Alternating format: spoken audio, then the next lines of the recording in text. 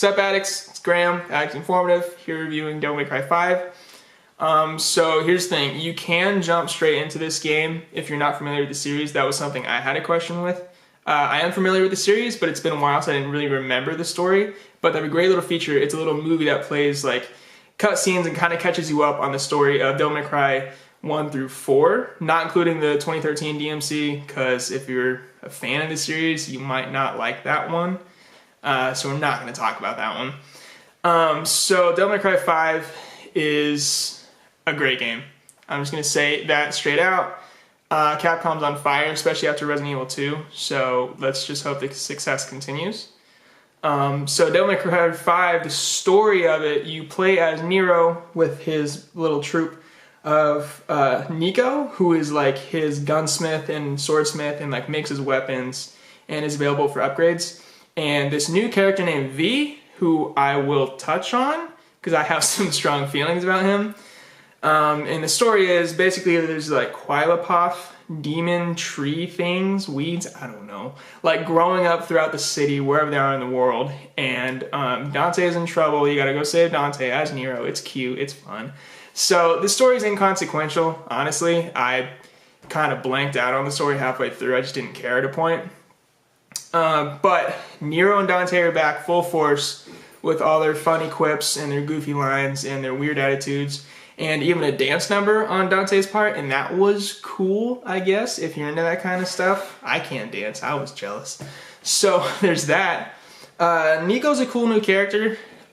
She is the granddaughter of the woman who made Dante's guns. Made Dante's guns, Ebony and Ivory, which is pretty cool. She's kind of annoying. She's got like a southern, not that southern accents are bad, they can be cute, but she's got like this thick southern accent and she makes really weird suggestive jokes towards Nero and they really fall flat. Yeah, she's okay. I mean, she upgrades her stuff, so you know, that's nice, thank you. But then there's V, and V kind of sucks, I think. V reminds me of like if Ezra Miller was a very emo, angsty teenager. If you know who Ezra Miller is, looks very similar, but he's very goth, very negative, and he reads poetry, so that tells you kind of all you need to know about him. He's not fun, but he's fun to play as. And that's what we're really here for, because it is Devil May Cry, and it's got, in my opinion, some of the best hack and slash in the hack and slash genre, and Devil May Cry 5 is no slouch. I think this is the best feeling the series have felt in its entirety. It's super smooth, there's lots of upgrades available, there's tons of combos to chain, new equipment to mess with. So Nero has the Devil Breaker, his arm, and as in Devil May Cry 4 when they introduced it, it just had kind of one function, it was kind of one note, but it was still cool to mess with. Here in Devil May Cry 5, you have different attachments for it that do different attacks and different special attacks, and that's super fun.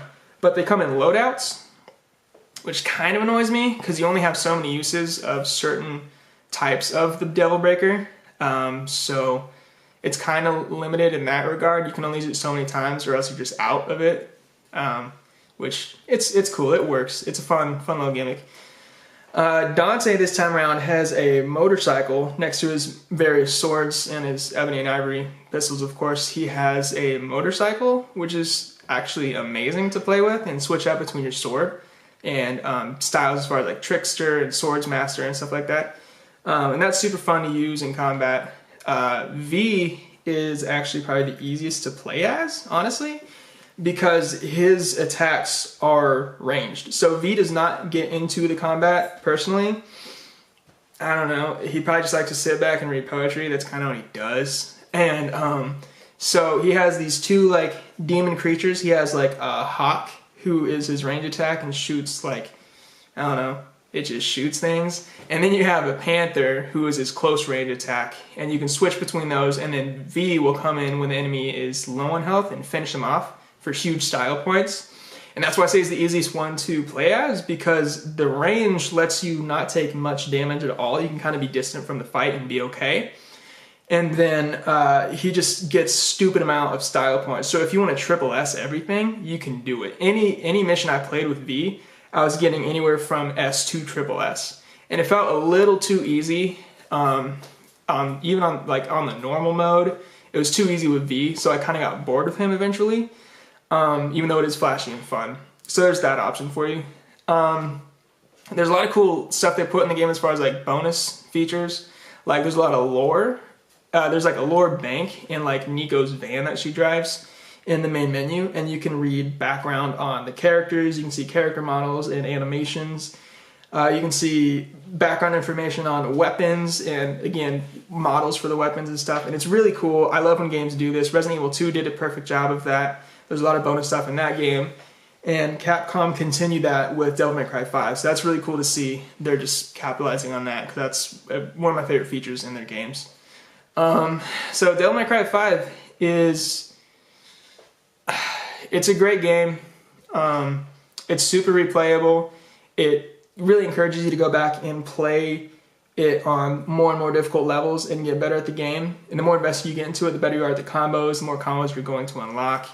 And it's a hell of a lot of fun. So I really highly recommend Devil May Cry 5. I'm going to give it a score of 8.5.